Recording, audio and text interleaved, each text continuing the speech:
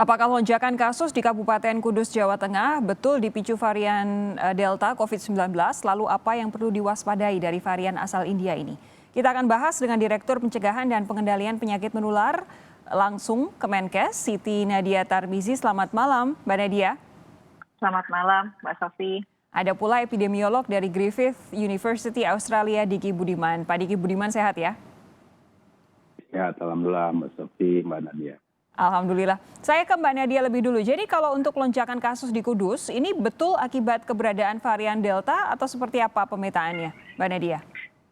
Ya, yang pasti adalah karena kita tahu bahwa pada saat sebelum Ramadan dan sesudah Idul Fitri memang terjadi mobilitas ya, dan Kudus adalah salah satu daerah wisata untuk rohani, yang wisata rohani, dan ini terlihat dari peningkatan jumlah arus masuk yang ke Kudus. Nah, ini tentunya menjadi awal dari peningkatan kasus tersebut.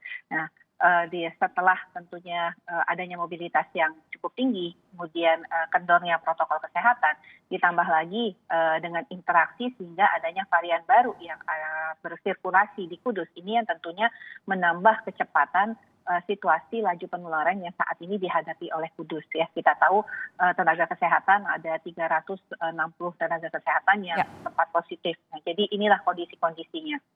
Oke, padahal tenaga kesehatan itu pasti sudah selesai divaksinasi ya? Ya, sudah divaksinasi 2 kali dan juga sudah menerapkan pencegahan infeksi ya, Sofi. Itu dia, mereka saja bisa ditembus, apalagi masyarakat awam seperti kita. Tapi sejauh ini apa sih masukan dari Kementerian Kesehatan untuk Pemkab Kudus? Ya, artinya pertama penanganan ya. Kalau kita lihat kemarin Kudus itu dalam melakukan isolasi maupun penanganan kasus-kasus positif kan kita ketahui tidak tepat ya.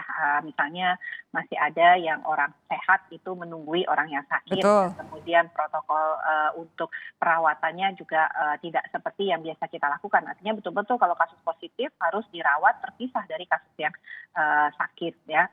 Orang yang sakit harus terpisah dari orang yang sehat. Nah, itu yang pertama. Yang kedua adalah kita meminta untuk melakukan pemeriksaan atau tes secara, kalau perlu secara massal dan secara masif ya, untuk segera bisa mendeteksi, dan yang terutama adalah pelacakan kasus yang betul-betul harus juga dilakukan masif. Di Kudus sendiri masih ada masyarakat yang tidak menjalankan protokol kesehatan, masih ada yang tidak percaya juga dengan COVID ya, sehingga tidak menggunakan tadi prokes dengan benar. Tapi Mbak Nadia, tadi ada satu yang ingin saya pertajam lagi dari genome sequencing yang dilakukan di Kudus terutama, itu pemetaannya apakah untuk saat ini lebih banyak yang varian Delta ini atau masih ada varian yang lain juga? Kalau sampai sekarang yang kita dapatkan ya, setidaknya dari data yang ada kemarin 34 spesimen yang diperiksa, itu 28 adalah varian B1617. Berarti ini kan kalau kita lihat persentasenya sangat tinggi ya. Betul. Ini spesimennya boleh tahu kapan, dari tanggal berapa sampai dengan tanggal berapa di tesnya? Ini kurang lebih spesimen yang kita periksa 2 minggu yang lalu. Oke. Silakan dilanjutkan. Ya, masih ada spesimen berikutnya yang sedang dalam proses pemeriksaan ya, dan kemungkinan juga akan bertambah ini sepertinya kasus yang varian baru ini. Tapi begini, kita semua sudah, ya belum semua masyarakat, tapi paling tidak kami wartawan juga sudah membaca peringatan-peringatan atau dari WHO atau juga mungkin dari tulisan-tulisan dari dokter atau epidemiolog di berbagai negara bahwa memang varian Delta ini sangat menular, jauh lebih menular dibanding yang sebelumnya, dan ada kemungkinan bisa outsmarting vaksin. Tapi dari penelitian Kementerian Kesehatan sejauh ini, ada hal-hal yang spesifikkah yang kita harus waspada terkait varian Delta ini? Ya, kalau kita lihat sebenarnya beberapa literatur yang disampaikan memang ada penurunan ya terhadap vaksin terhadap varian B1617 ini. Tapi kemarin kita juga sudah melihat ada publikasi dari Public Health England yang memang ada penurunan tetapi masih di atas 50%.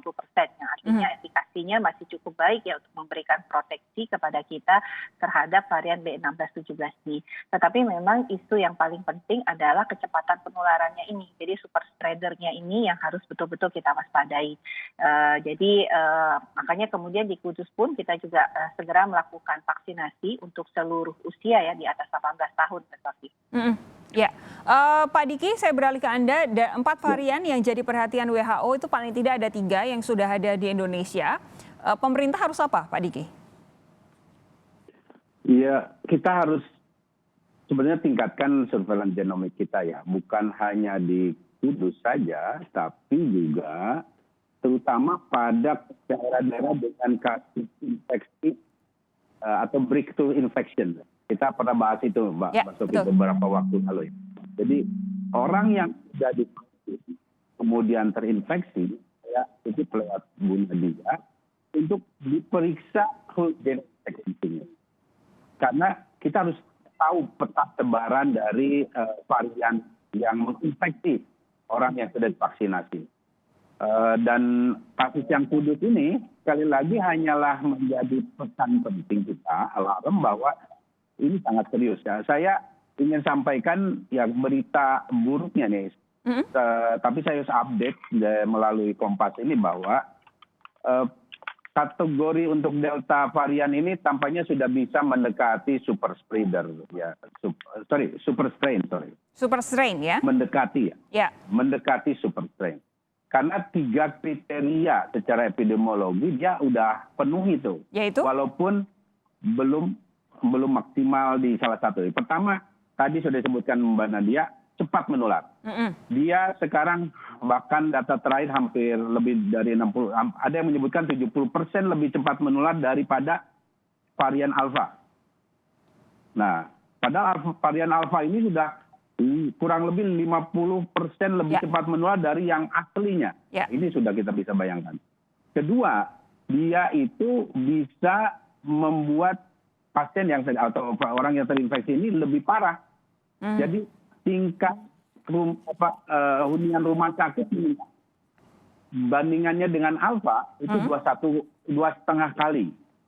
Orang itu lebih peluang masuk rumah sakit. 2,5 kali ya? 2,5 kali. Dibandingkan yang aslinya, yang waktu di Wuhan, virus yang di Wuhan, itu 4 kali.